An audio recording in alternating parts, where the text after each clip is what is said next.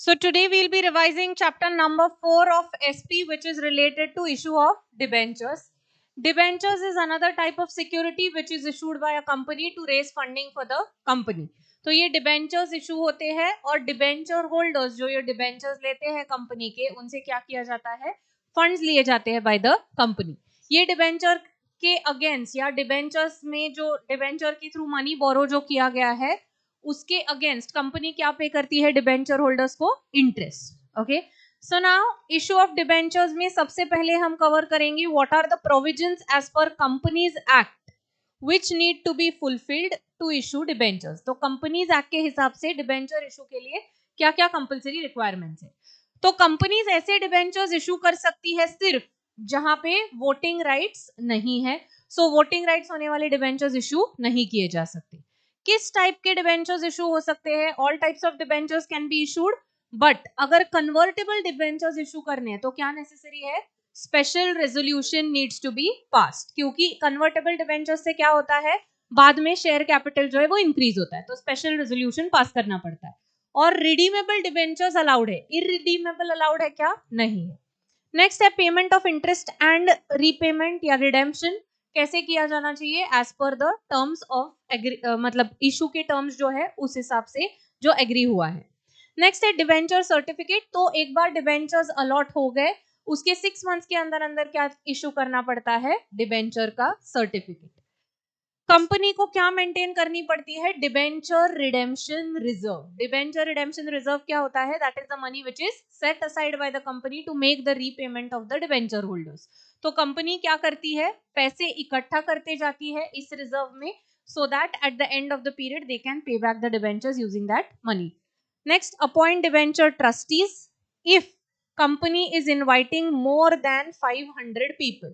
तो 500 लोगों से ज्यादा लोगों को अगर डिबेंचर्स इशू किए जा रहे हैं तो क्या कंपलसरी रिक्वायरमेंट होती है, to appoint a debenture trustee. Debenture trustees कौन होते हैं, they are the intermediaries between the company and the debenture holders. Debenture trustees क्या कर सकते हैं, they can approach NCLT if the company is से creating any difficulty for the debenture holder, not repaying their amount, not paying them interest. कोई भी complaints के लिए debenture trustees NCLT को अपॉइंट अप्रोच कर सकते हैं. Similarly debenture trustees can also get certain restriction imposed on the company if the company is making certain default against the debenture holders. Next, punishment for contravention of the provision of the Companies Act. तो punishment क्या है यहाँ पे, अगर companies act के rules वगैरह जो है वो फॉलो नहीं होते, कंपनी एक्ट के थ्रू फाइन या इम्प्रिजनमेंट या दोनों जो है वो लग सकता है. फाइन. सो यस, क्या क्या प्रोविजंस है as per companies act. Voting right नहीं होने चाहिए डिबेंचर्स में. किस टाइप के डिबेंचर्स इशू किए जा सकते हैं, कन्वर्टेबल करने हैं तो special resolution, and irredeemable allowed नहीं है. डिबेंचर का payment of interest and redemption कैसे होना चाहिए, as per the terms and conditions which are agreed. Next है डिबेंचर सर्टिफिकेट कितने टाइम के अंदर इशू होना चाहिए, 6 months of allotment. Debenture redemption reserve जो है वो क्रिएटेड होना चाहिए. डिबेंचर ट्रस्टीज कंपल्सरीली कब अपॉइंट करने हैं, इफ मोर देन 500 पीपल को इशू किया जा रहा है. Next, debenture trustees can approach NCLT और impose certain restrictions. Punishment, fine, imprisonment लगेगी अगर conditions of companies act are not fulfil. Next आते हैं provisions as per companies rules. Companies rules के हिसाब से टेन्योर ऑफ द डिबेंचर कितना होना चाहिए. सिक्योर डिबेंचर के लिए टेन्योर जो बोला गया है दैट इज 10 years. 10 years तक का हो सकता है. सर्टेन स्पेसिफिक केसेस में ये मैक्सिमम पीरियड एक्सटेंड किया जा सकता है. कितने पीरियड तक, 30 years तक. Next, create charge on assets. तो जब भी डिबेंचर्स इशू होते हैं क्या करना पड़ता है, एसेट्स के ऊपर चार्ज क्रिएट करना पड़ता है so that a security is maintained. If the company is unable to pay back money to the debenture holders, they will sell off that asset and repay the money. Next है appointment of debenture trustees. Debenture trustees की appointment करनी पड़ती है और यही debenture trustees के साथ company क्या करती है, डिबेंचर ट्रस्ट डीड जो साइन करती है. नेक्स्ट है create debenture redemption reserve. Minimum amount उसमें कितना होना चाहिए, at least 25% of the outstanding amount which the company has to repay to the debenture holders. Okay. Yes, so provisions as per companies rule क्या क्या है? फर्स्टली टेन्योर कितना होना चाहिए? 10 इयर्स होना चाहिए, मैक्सिमम स्पेसिफिक कंडीशन में 30 इयर्स तक का हो सकता है।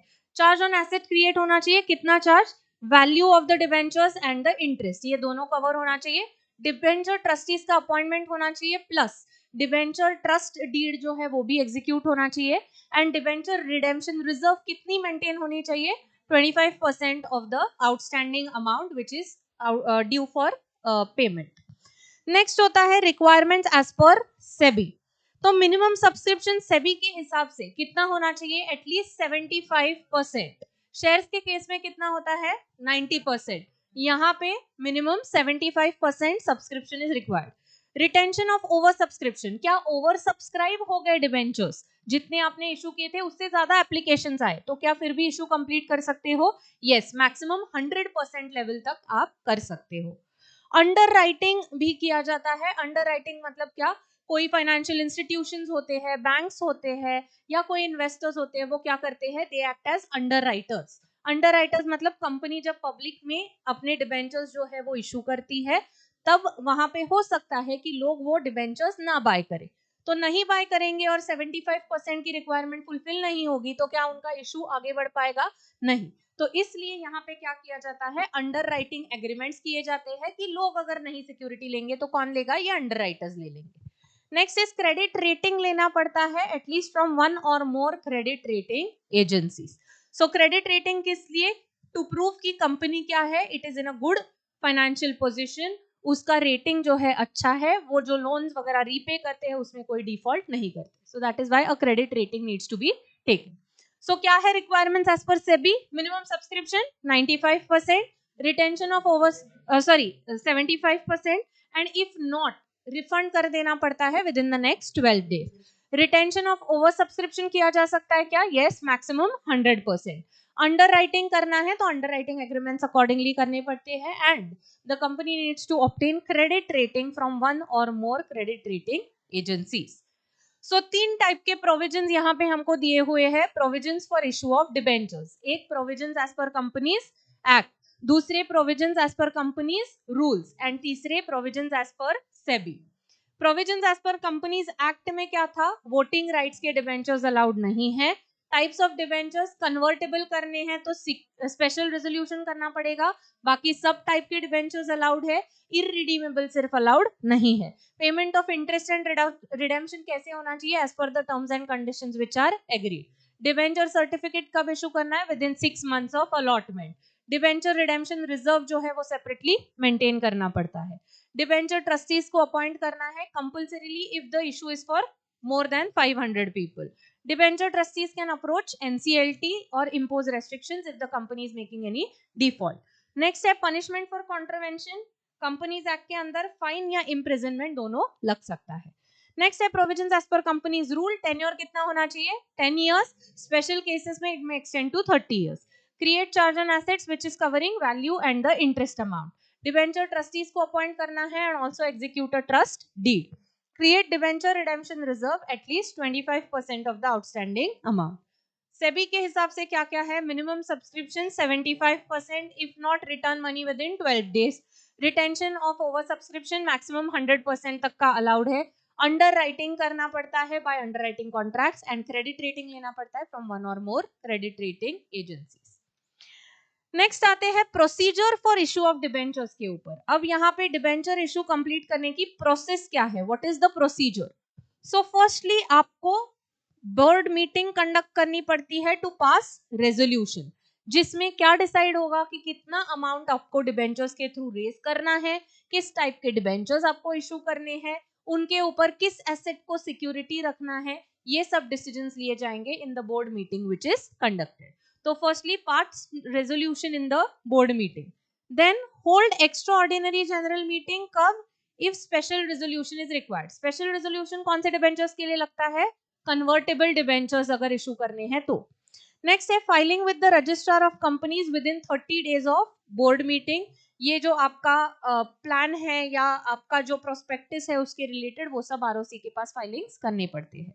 नेक्स्ट है you need to obtain credit rating agencies. Credit rating agency से क्रेडिट रेटिंग लेना पड़ता है। Then you have to enter into underwriting agreements with the underwriters, then issue prospectus या offer letter या letter of offer. अब ये अलग अलग क्या बोला है, prospectus किसको issue होगा, if you are giving of the debentures to general public, और अगर आपके ही existing shareholders को या एक special category of people को ही दे रहे हो तो क्या दिया जाएगा, offer letter. Next open separate bank account, जहां पे ये जो फंड्स आएंगे डिबेंचर इशू करने से वो डिपॉजिट हो जाएंगे. Receive application money. नेक्स्ट है hold board meeting to approve allotment and create a charge on the assets. Issue debenture certificate. Debenture certificate का टाइम हमने देखा कितने मंथ्स के अंदर, 60 डेज के अंदर. 60 डेज के अंदर अलॉटमेंट प्रोसेस आपको कंप्लीट करना पड़ता है एंड 6 मंथ्स के अंदर सर्टिफिकेट इशू करना पड़ता है. Okay, so complete the process of allotment मतलब ये पूरा वर्क 60 डेज के अंदर और 6 मंथ्स के अंदर इशू द सर्टिफिकेट. नेक्स्ट है make entry in the register of debentures. So what is the procedure for issue of debentures? Firstly, hold the board meeting to decide कि आपका issue क्या होगा, amount क्या है, type क्या है, trustees कौन है, charge on asset क्या create करना है. Then hold extraordinary general meeting if special resolution is required. Then filing with the registrar of companies within 30 days of board meeting. Obtain credit rating and enter into underwriting agreements. Issue prospectus या offer letter या letter of offer. Open separate bank account, receive application money, then hold board meeting to approve the allotment and create charge on the assets. Issue of debenture certificate, complete the process within 60 days, issue certificate within 6 months and make entries in the register of debentures. Okay, once again pass board meeting में resolution to decide about the issue. Next है hold extraordinary general meeting if convertible debentures, special resolution required. Filing with the registrar 30 days within board meeting. Obtain credit rating, enter into underwriting agreement, issue prospectus or offer letter, letter of offer, open separate bank account, receive application money, hold board meeting to approve the allotment, issue of debenture certificate, completion of the allotment process and make entries in the register of debentures. Fine? Okay. Next point, 2 points है यहाँ पे simultaneous discussion में. एक है debenture trustees और दूसरा है debenture trust deed. Debenture trustees कौन होते हैं? They are basically intermediaries who are playing the role between the company and the debenture holders. So company issues prospectus or invites more than 500% to buy its debentures, compulsorily has to appoint one or more debenture trustees. कौन होते हैं? They are institutions which protect the interest of the debenture holders. Debenture trustees are appointed before prospectus और letter of offer is issued और within 60 days after allotment of debentures. तो उसका time limit क्या है?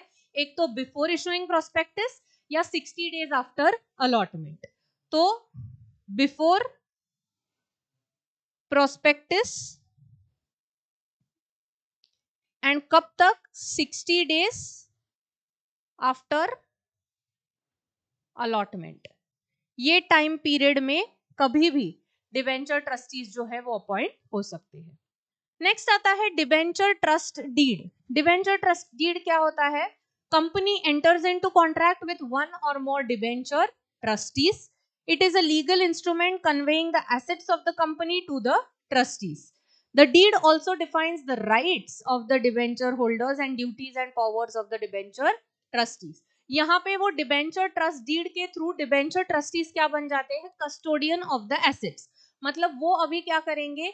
देखेंगे, oversee करेंगे कि क्या कंपनी अपने कंप्लायंसेस, कंपनी इंटरेस्ट पेमेंट्स जो है या रिडेम्पशन जो है वो प्रॉपरली कर रही है या नहीं कर रही है. नहीं तो जो एसेट सिक्योर्ड है वो जो ट्रस्ट डीड उनका बना है उसके इसमें जो सिक्योर्ड एसेट कर दिए गए हैं उसके ऊपर क्या मिलती है उनको? कस्टडी. They are custodians.